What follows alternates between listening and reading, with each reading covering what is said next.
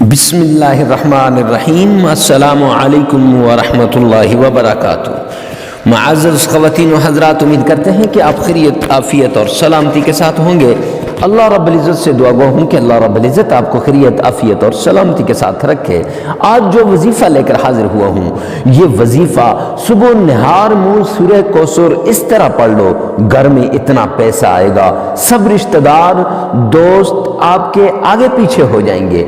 وہ لوگ جو آپ سے روٹ چکے تھے، وہ لوگ جنہوں نے آپ سے رخ موڑ لیا تھا، وہ رشتہ دار جو آپ سے دور جا چکے تھے، وہ رشتہ دار جنہوں نے آپ کو چھوڑ دیا تھا، یقین جانیے کہ آپ کے آگے پیچھے ہو جائیں گے، آپ کے پاس آئیں گے، آپ کے قریب ہوں گے، آپ کے ساتھ دوستی لگائیں گے، آپ کے گھر آنا جانا ان کا شروع ہو جائے گا۔ تو معزز خواتین، اب کہاں سے آیا اتنا پیسہ؟ رشتہ دار بھی کہیں گے، ایک دوسرے سے چمک گوئیاں کریں گے، ایک دوسرے سے باتیں کریں گے کہ یار اس کے پاس تو دولت نہیں تھی، اس کے پاس تو مال و دولت نہیں تھی، اس کے پاس تو پیسہ نہیں تھا، اس کے پاس تو اس کے گھر میں فقر و فاقہ تھا، تو کہاں سے اتنا دولت آ گئی ہے؟ آزما لو، پتہ چل جائے گا۔ آزما لو، آپ یقین کرو، یقین نہیں آئے گا کہ کہاں سے اتنی دولت آئی ہے۔ کیوں؟ وَيَرْزُقُهُ مِنْ حَيْثُ لَا يَحْتَسِبُ، میرے اللہ کا فرمان ہے۔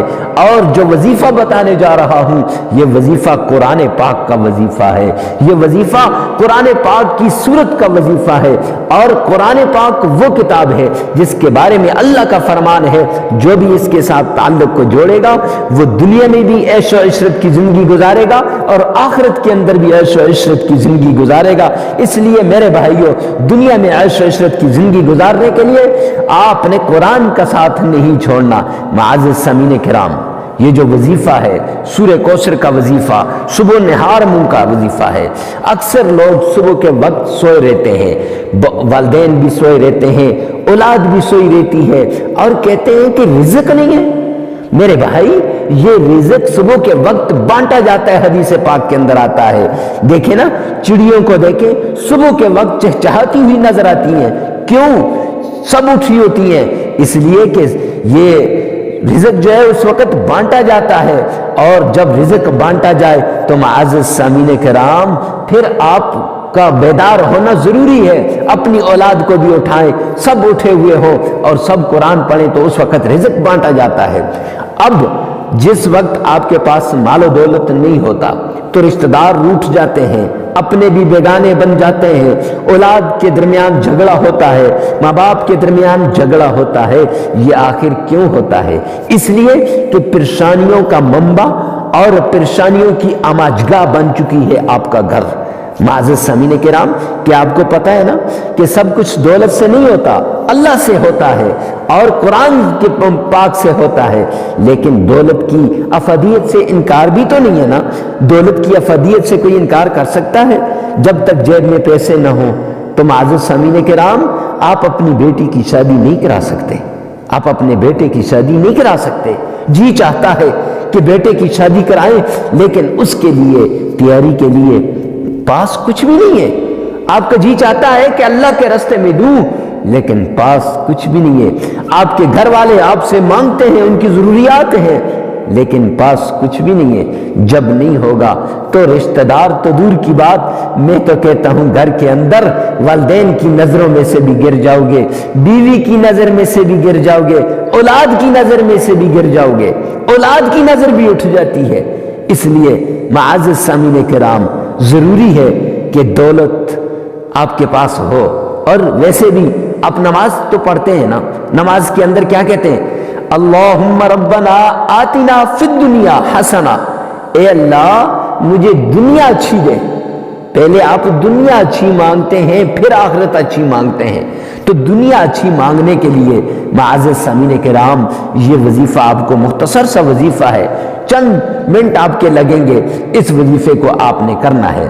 پہلی بات، اب سب سے پہلے آپ نے کاپی پنسل اٹھا لینی ہے، یا آپ کی سکرین پر جو لکھا ہوا آ رہا ہے اس کا آپ نے سکرین شاٹ لے لینا ہے، اور اس کے مطابق آپ نے وظیفہ کرنا ہے۔ پہلی بات غور سے سننے کی ہے، صبح کے وقت نہار منہ آپ نے یہ وظیفہ کرنا ہے۔ ایسا نہ ہو کہ آپ کچھ کھا لیں کچھ پی لیں اور اس کے بعد آپ کہیں کہ میں وظیفہ کرنے لگا ہوں، نہیں۔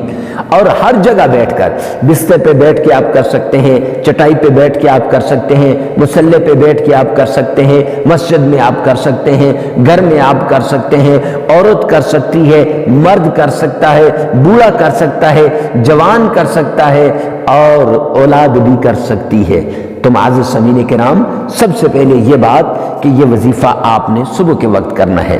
دوسری بات، دوسرا نمبر، آپ نے تعوذ اعوذ باللہ من الشیطان الرجیم یہ آپ نے 7 مرتبہ پڑھنا ہے۔ کتنی مرتبہ؟ 7 مرتبہ۔ کیوں؟ شیطان برے خیالات لاتا ہے اور شیطان بھٹکا دیتا ہے۔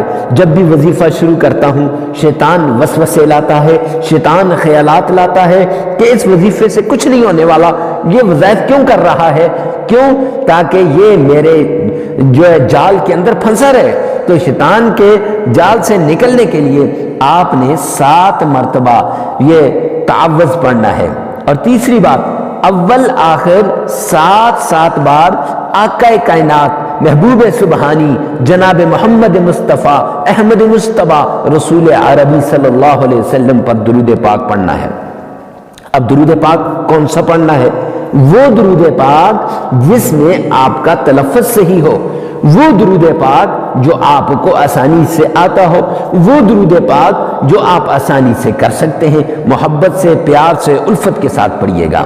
اور پھر اس کے بعد چوتھے نمبر پہ اللہ کا نام یا رزاق 101 مرتبہ پڑھنا ہے، پورے انہماک کے ساتھ، توجہ کے ساتھ، دل لگی کے ساتھ، دل جمی کے ساتھ اور پوری التجا اور گڑگڑاہٹ کے ساتھ کہ اے رزق دینے والے، اے رزق دینے والے، اے رزق دینے والے میری سن لے، اے رزقوں کے بادشاہ، اے رزق کے خزانوں کے بادشاہ میرے اوپر رزق کے خزانوں کو کھول دے۔ پھر دیکھیں آگے 5ویں بات، سورہ کوثر آپ نے پڑھنی ہے، 41 بار آپ نے پڑھنی ہے۔ سورہ کوثر کتنی بار پڑھنی ہے؟ 41 بار پڑھنی ہے۔ اب کیسے پڑھنی ہے وہ میں آپ کو بتاتا ہوں، آنکھیں بند کر کے، اور جس مقصد کے لیے بھی پڑھیں، بندش کے لیے، صحت کے لیے، دولت کے لیے، تو خاص ابھی جو وظیفہ دولت کا ہے تو دولت کا ذہن میں رکھ کر پڑھیں۔ اگر بندش کے لیے پڑھتے ہیں بندش کو ذہن میں رکھ کے پڑھیں، اگر صحت کے لیے پڑھ رہے ہیں صحت کو ذہن میں رکھ کے پڑھیں۔ اور 6 نمبر پہ آپ نے اپنے ہاتھوں پہ پھونک مار دینی ہے، اور پھونک مارنے یعنی وظیفہ مکمل کر کے یہ کوثر، سورہ کوثر پڑھ کے آخر میں پھر درود پاک پڑھ کے پھر آپ نے 6 نمبر پہ ہاتھوں پہ پھونک مار کے پورے جسم پہ مار دینا ہے، تاکہ اللہ رب العزت آپ کو غیب کے خزانوں سے رزق عطا فرمائے۔ یہ وظیفہ آگے شیئر کرنا نہ بھولیے گا۔ معزز سامعین کرام، قرآن کے ساتھ لو لگائیے، اللہ عمل کی توفیق عطا فرمائے۔